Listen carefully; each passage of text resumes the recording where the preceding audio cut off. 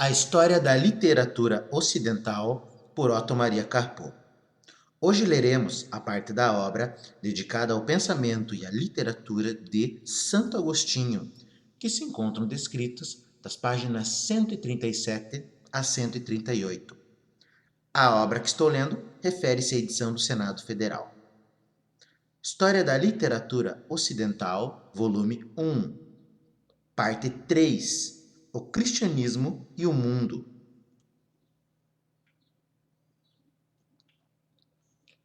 Chegou, enfim, o momento em que a aliança entre a Igreja e as letras pagãs se rompeu. Na realidade, porque o império caiu. Na literatura, porque um espírito poderosíssimo destruiu o equilíbrio. Agostinho é uma das maiores personalidades da literatura universal. Muitos, porém, não o considerarão simpático, e a culpa é dele mesmo.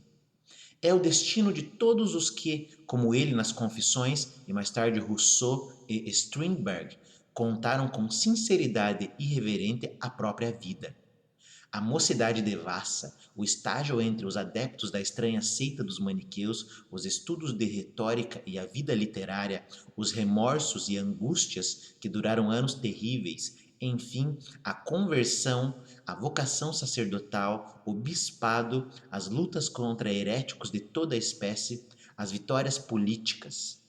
No fim da vida, Agostinho é, abre aspas, Magnus Sacerdotes, fecha aspas, o rei episcopal da África cristã, morrendo no momento em que a sua província e a sua igreja se desmoronavam sob os golpes dos bárbaros. Este homem de atividades extraordinárias é um introspectivo.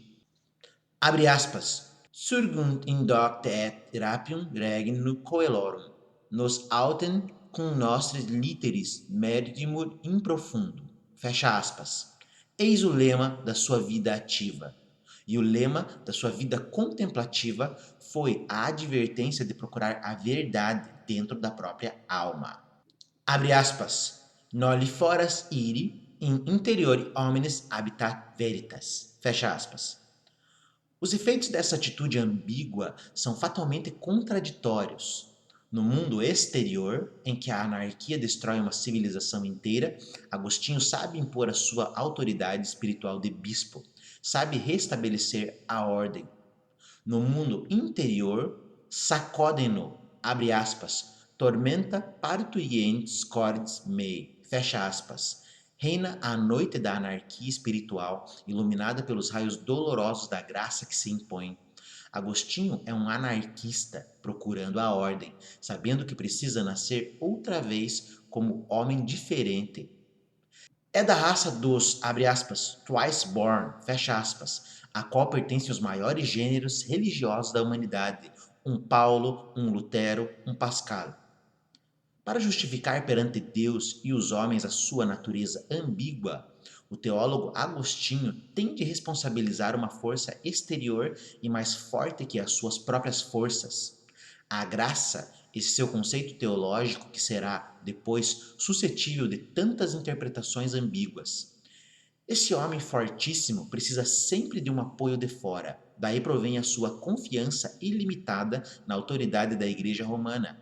Daí o seu susto em face da catástrofe do império. Daí a necessidade imperiosa de substituir a derrotada, abre aspas, civitas terrena, fecha aspas, pela, abre aspas, civitas dei, fecha aspas, objeto de seu grande mito filosófico histórico. Agostinho está contra o império e não pode viver fora do império. É um romano. O que o distinguiu, porém, dos outros romanos foi ser um santo, e a demonstração disso está no, abre aspas, humano demais, fecha aspas, das Confissões. Um santo não é um anjo, e sim um homem. Agostinho foi o primeiro, em todos os tempos, a expor a sua humanidade fraca, falível e até antipática pelo lirismo exuberante e efusivo daquele grande livro. Para a literatura universal, é o Colombo de um novo continente. Para sua época, encerra uma fase decisiva da evolução da mentalidade cristã e inicia outra fase. Após a queda definitiva do império, o cristianismo retira-se para dentro dos muros da igreja e a nova alma encontra sua nova expressão. Eleva-se o hino.